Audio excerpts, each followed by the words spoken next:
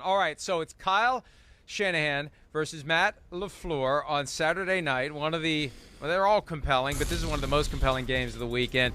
Who do you give the edge to when it comes to coaching in this one? And Matt LaFleur has been phenomenal so far. It's amazing to see Kyle Shanahan under 500 in 5 years as coach of the 49ers, but they had that one great year. The other years have not been great. No, I get it.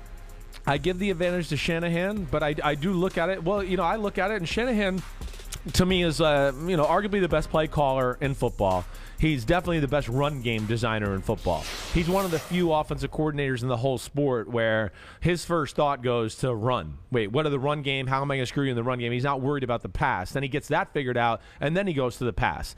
So that's where he's different. Shanahan's as creative as it gets. Matt LaFleur, creative. I don't think he's on the same page as Shanahan. Listen, to me, when I talk about my friend Kyle Shanahan, there's only one flaw I've really seen throughout it, and that's really the fact that, inability to get the right quarterback, evaluate the right quarterback, whatever you want to say, whatever it may be. C.J. Beathard, Nick Mullins, hey, Jimmy Garoppolo even, we can throw in that basket. I know the results have been good, but, hey, there's a reason they drafted a guy at number 3. It's not to their liking, and I think we all understand why. I mean, we do. We talk about it every week. We saw it again last week late in the football game. It just, some games you just go, damn, I don't know. This guy was clutch last week. This week, I don't know if I can trust him to do anything. It's just weird that way. So that's where Shanahan's had issues. But I would think, Mike, I'm in the category of when the Packers saw it was the 49ers they were going to have to play, they could say what they want. I bet you they went, oh, damn it. I wish the Rams were coming to town and we didn't have to deal with the 49ers, because this is a matchup where, yes, Shanahan knows some of his tricks. He knows LaFleur's tricks. I think Shanahan's a little more creative to come up with new tricks, and I think their team matches up really well with Green Bay in some areas that are, important for the game itself. Well, and we saw a great Sunday night game between these two teams, week 3, where the 49ers left just enough time on the clock for Aaron Rodgers to get down the field and get in position to win the game. Nick Bosa is going to be a critical aspect of this. I know we're talking about the coaching matchups here, but it's a lot easier to coach when you've got Nick Bosa chasing around Aaron Rodgers and accelerating the clock in his head that tells him how much time he has to throw the football. 100%. They got to have him. Not only because, he's awesome, and, like we talk about all the time, he's one of the best defensive players in the sport, but it's one of those where it's not only is the player awesome, but for that scheme to work, where they don't really want to blitz. They want to play coverage. It's rooted a little bit in the Seattle scheme, but they don't play that a ton. They do some different stuff too. But they need it's about the wide 9 technique, like we always talk about. They want a defensive end who can get out wide and just go get the quarterback. And he takes their defense to another level when he's out there and healthy, and makes their defense line a different issue. And you don't ever have to blitz or do things like that when Bosa's in the football game. So he will be huge in this game, because you don't want to get in a blitz matchup or play too much man-to-man against Aaron Rodgers in Green Bay, because he's going to get the offense in the right play. He's going to get them protected against the blitz, and he's going to gash the 49ers corners, which we know are less than. We know that. And that's, to me, what was a little bit of the advantage. I've said it a lot, like, hey, can somebody attack the 49ers corners? They're not that good, and they give you a lot of one-on-one matchups. Where Dallas dropped the ball last week. I made these comments on my podcast. In fact, Troy Aikman, I think he even said that yesterday. Yes. I mean, if I was Michael Irvin and got the coverage the 49ers got, we would have just kept throwing to Michael Irvin. Well, this week the 49ers are going to have to change it a little bit, because they do got a Rodgers and Devontae Adams. Well, they'll wear that out there and go, you want to play one-on-one? We'll do that. And they did that in the first matchup, and then the 49ers had to adjust, and that was part of their comeback. But that's a little bit of the chess match I'm interested to see here between Shanahan and LaFleur. Just so we're clear, LaFleur, 13-3, 13-3, 13-4. Yeah. You're giving the check mark to Kyle. I am. Again, I know I'm flawed here, so I totally recognize that. But yes, I think if you put Kyle Shanahan in Green Bay, that the results would be every bit as good. In fact, that's what I'm going to say. I mean, and I don't like to say that, because I like Matt LaFleur and know him, and he's a friend as well. So, I mean, he's going to look at me probably the next time I see him and go, damn, you take Kyle over me? That's screwed up. But he's not watching. No, he's got a game to get ready for. He's not going to hear about this. But yes, I think the results will be every bit as good if Shanahan took over the Green Bay job, if not a little bit better. All right, that's what I'll say. And I'm not trying to be controversial there. I'm a Shanahan believer. Zach Taylor, the Bengals coach, his third season, obviously a great year thanks to the presence of Joe Burrow and Jamar Chase and others. Mike Vrabel has his team at the number 1 seed. Who do we give the edge to in that one? I'm going Vrabel here. This is a short period of time where we've seen actual success from Zach Taylor. Love the way things are going. Their offense, to me, is one of the most fun offenses to watch in all of football. Yes, because it's talented, but their scheme has everything, too. It's got everything. There's not one aspect of offense around the NFL where they can't go, oh, wait, we can do that. We got plays like that. We can do that. So that's where I really love them. Brian Callahan, offensive coordinator, I'm a huge fan of his as well. That's an offensive coordinator I look at to go, he's flying under the radar. Why isn't he getting more interviews there? But I still think I go Vrabel. Vrabel, the toughness we've seen in his football team, he's game plan specific on the defensive side of the ball as far as it changes on a week-to-week basis.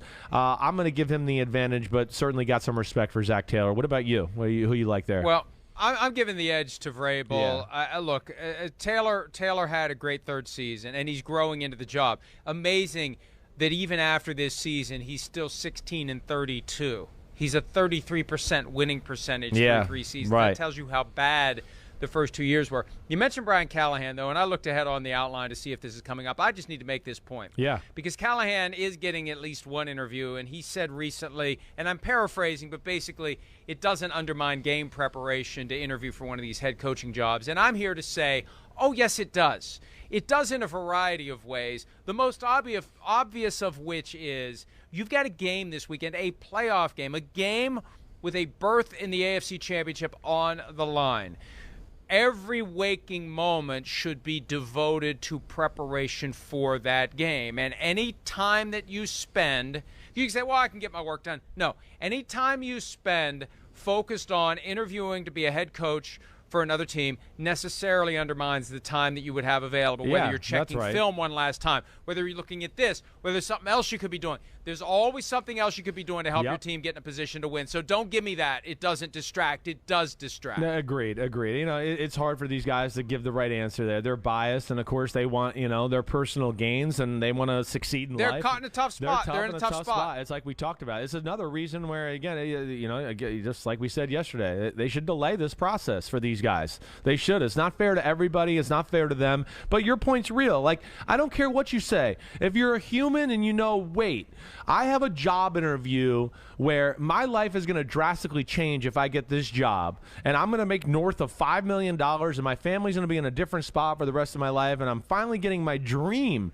I'm going to be the head coach in the NFL. You can't tell me, even when you're doing your work for the Bengals and preparing or watching film, that every now and then you're not distracted with a thought in the back of your head about, oh, you know what?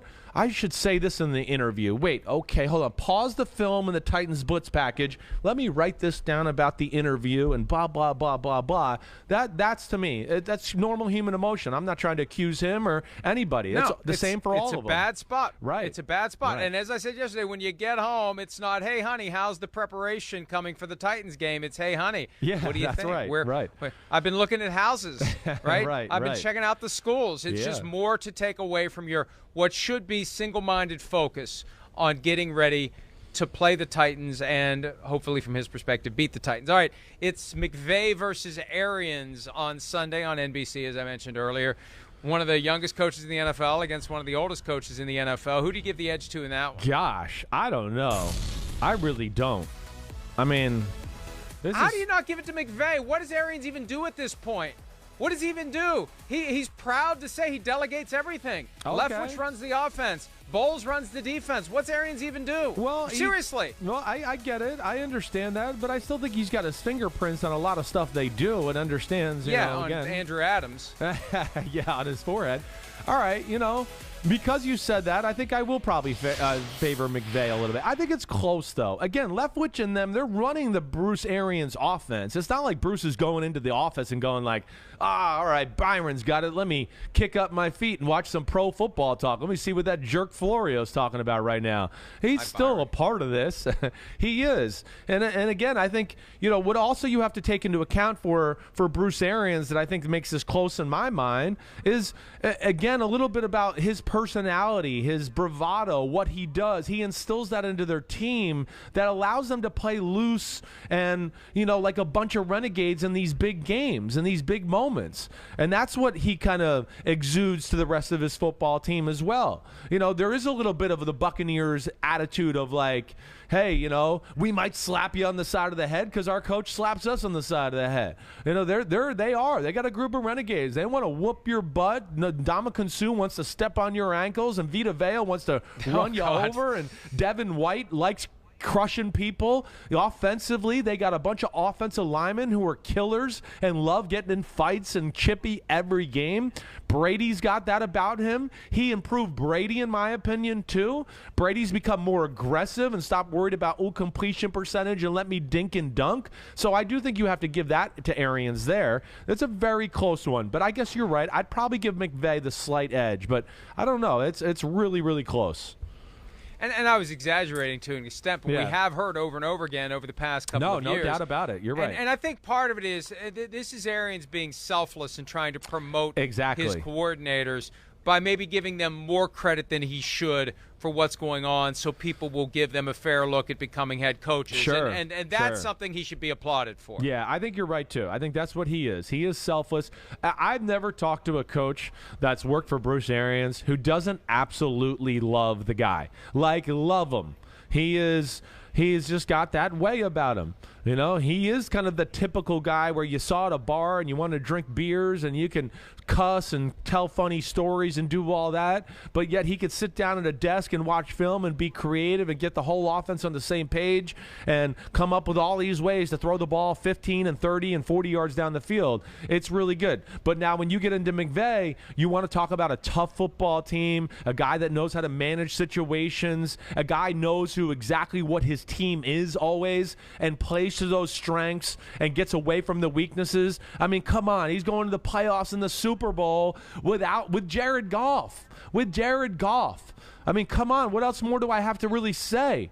That as I'm talking here, because I didn't realize we were going to do this, you're right. I am going to give a little bit of the edge to Sean McVay. I am. The edge he gives his football team. They're tough. They want to bring it. And they match up with the Tampa Bay Buccaneers. I said something yesterday, and I don't know, maybe I'm wrong. But I bet you the Bucs look at it and go, man, I wish we were getting the 49ers instead of the Rams. Just like I said, the Packers, I think they wish they were getting the Rams. I think this is a tough matchup for them. And McVay poses some problems for Todd Bowles, and Raheem Morris and that defensive unit for the Rams poses some problems for Bruce Arians and Byron Leftwich too. And that's why this is another game where I just go, I'm a little bit back and forth. I thought maybe I would pick 3 weeks ago, I'd pick the Bucs, no doubt about it.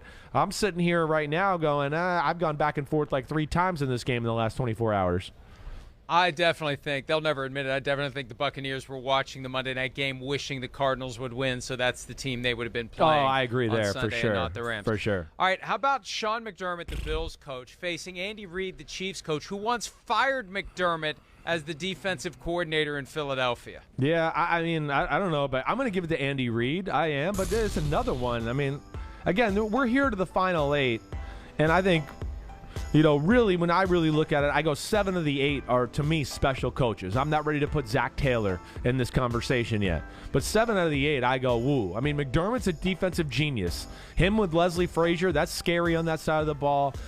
They're hungry right now. And that's the one thing I look about, maybe that I question about the Chiefs compared to the Bills. Are the Chiefs as hungry as the Bills?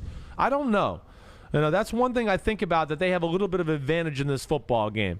But I'm going to give Andy Reid the edge a little bit. Again, his team, what he's created there, they're battle-tested. They've been in these moments a lot. McDermott's still yet to get over the hump and get to the Super Bowl or even be real competitive in the AFC Championship game. That game was about over like late in the second quarter last year. So I'll give it to Andy Reid. But, man, McDermott's a hell of a damn coach. I'm sitting here ping-ponging even more about who I like in this game because one of the concerns I have, the Bills had such a special night against the Patriots. Yeah. Finally knocking off Big Brother in ping-pong. It reminds me, with the Winter Olympics coming, do you believe in miracles? Yes.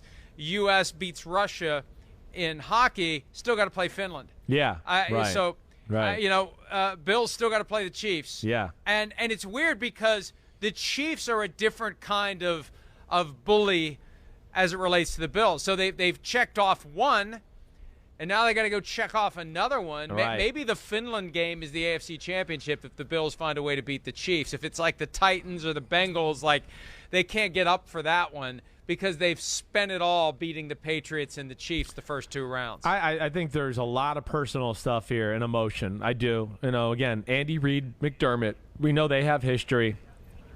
I think, Josh Allen and Mahomes, they can say whatever they want. I know they're not on the same field. I think there's a real rivalry. You said rivalry. I think you said it yesterday. It seems like this might be the Manning-Brady thing that we're looking for. I would agree with that. I think both of those guys look at themselves and go, wait, I'm the most physically gifted quarterback. I'm the number one magician in football at the position.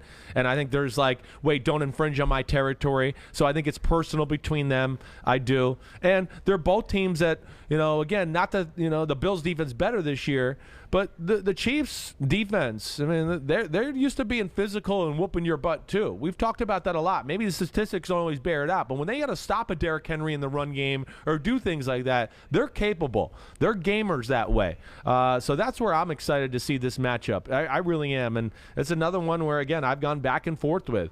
I really am. There's only one game this weekend, and I'm not going to tell you, of course, because you're going to wait to the podcast, that I really feel like I picked my winner. I'm good with it. I know I'm going there. The other 3, I've really changed my mind a few times. Hi, I'm Mike Tirico, and thanks for watching. Make sure to hit subscribe for the latest news and highlights from NBC Sports.